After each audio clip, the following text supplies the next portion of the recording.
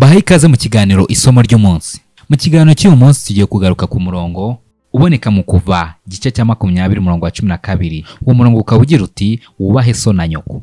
Wubahe so na nyoko kugira ngo urame iminsi myinshi mu gihugu Imana yawe igiye kuguha. Ibi tubisanga mu Kuva igice cya 20 umurongo wa 12. Reka turebere hamwe rero ibisobanuro by'uyu murongo. Kera Imana yategetse Abisirayeli kubaha ababyeyi babo. Igihe yongeragaho isezerano kuri iryo tegeko, yarabahaye indi mpamvu yo gutuma baryumvira. Nubwo tudasabwa kugendera ku mategeko Imana yahaye Abisirayeli akunzwe kwitwa amategeko ya Mose, amahame ayo mategeko ashingiyeho ntiyahindutse. Amategeko y'Imana yarashingiye ku mahame y'ibanze atarigeze ahinduka, kandi abakristo bagomba gukurikiza ayo mahame. Ibi tubisanga mu Bakolosayi igice cya 3 umurongo wa 20. Iyo abana bakiri bato n'abakuze bumviye ababyeyi babo, baba bubashye. Ibi tubisanga mu Balewi igice cya 19 umurongo wa 3 ndetse no mu Migani igice cya mbere umurongo wa 8. Mbere na mbere reka dusome mu Balewi igice cya 19 umurongo wa 3. Haravuga hati: buri wese muri mwe ajye yubaha papa we na mama we, kandi mujye mwubahiriza amasabato yanjye. Reka dukomereze mu Migani igice cya mbere umurongo wa 8. Haravuga hati: mwana wanjye, jya wemera ibyo papa wakwigisha, kandi ujye wumvira inama mama wakugira. Iri ngiri ryari ijambo dusanga mu Migani igice cya mbere umurongo wa 8. Mu buzima busanzwe bisanzwe bizwi ko iyo abana bamaze gukura bagashinga ingo zabo, bakomeza gukunda ababyeyi babo no kubitaho. Urugero nuko bakora uko bashoboye kose kugira ngo ababyeyi babo bageze mu zabukuru bitabweho kandi babone ibibatunga. Reka nongere mbasomere muri Matayo igice cya 15 umurongo wa 4 kugeza kwa 6. Haravuga hati: urugero Imana yaravuze iti wubahe papa wawe na mama wawe,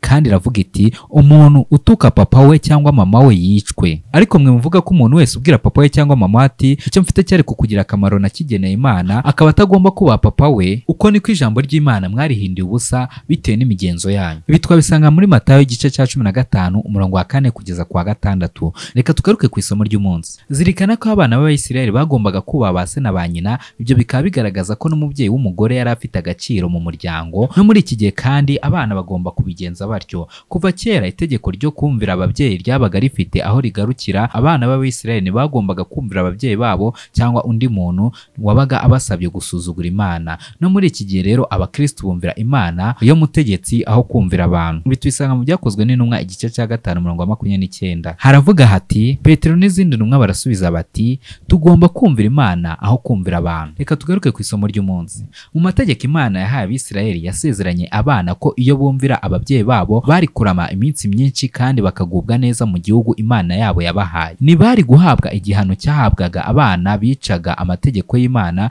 bakigomeka ku babyeyi babo. Amahame ayo mategeko yarashingiyeho ntiyigeze ahinduka.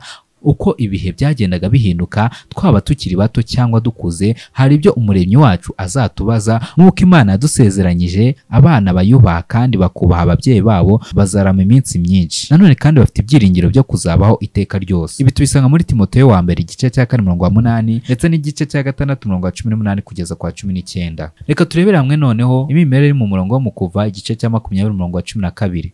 Hari ikintu gishishikaje tumenya iyo turebye aho itegeko ryo mu Kuva igice cya 20 umurongo wa 12 riri ku rutonde rw'amategeko 10.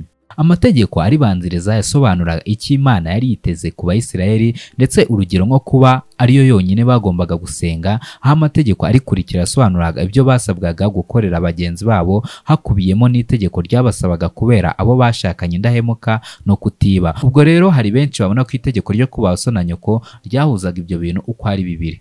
Murakoze cyane. Reka nshimire mwakomeje kwa natwe mu kiganiro cy'uyu munsi. Reka ikiganiro cy'uyu munsi nyisoze mbasomera ibyo dusanga mu Kuva igice cya 20. Nuko Imana ivuga ayo magambo yose iti: ndi Imana yawe yagukuye mu gihugu cya Egiputa, aho wakoreshwaga imirimo ivunanye cyane. Ntugasenge izindi mana zitari njye.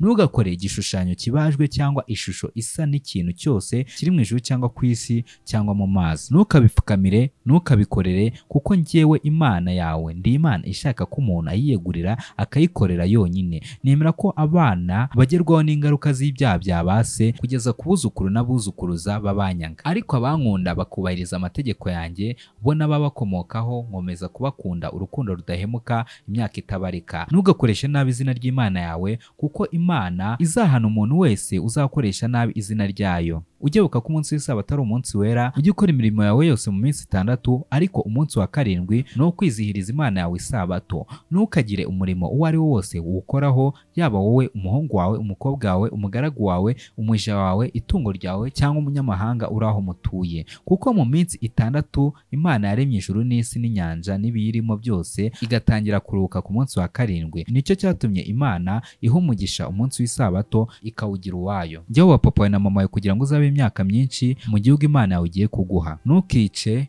ntugasambane, ntukibe, ntugashinje ibinyoma mugenzi wawe, ntukifuza inzu ya mugenzi wawe, ntukifuza umugore wa mugenzi wawe, umugaragu we, umuja we, ikimasa cye, indogobe ye cyangwa ikindi kintu cyose cya mugenzi wawe. Icyo gihe abantu bose bumvaga inkuba n'ijwi ry'ihembe kandi bakabona imirabyo n'umusozi ucumba umwotsi. Nuko abantu babibonye bagira ubwoba bwinshi, baratitira maze bahagarara kure. Nuko babwira Mose bati, uzajya uvugana natwe, tuzajya tugutega amatwi, ariko Imana ntizavugane natwe tutazapfa. Nuko Mose abwira abantu ati, nimugire ubwoba, kuko Imana y'ukuri yazanywe no kubagenzura kugira ngo imenye niba muyubaha cyane, bitume mudakora icyaha. Abantu bakomeza guhagarara kure, naho Mose yegera cya gicu kijimye aho Imana y'ukuri yari iri. Nuko Imana ibwira Mose iti, ubwira Abisirayeli uti, mwiboneye ko navuganye namwe ndi mu ijuru, nimugakore ibigirwamana by'ifeza ngo nabyo mubisenge, kandi nimugakore ibigirwamana bya zahabu. Muzanyubakire igicaniro mukoresheje ibitaka, kandi muzajye mugitambiraho amaturo atwikwa n'umuriro n'ibitambo bisangirwa byo mu ntama zanyu no mu nka zanyu. Ahantu hose nzatoranya ngo mujye muhansengera,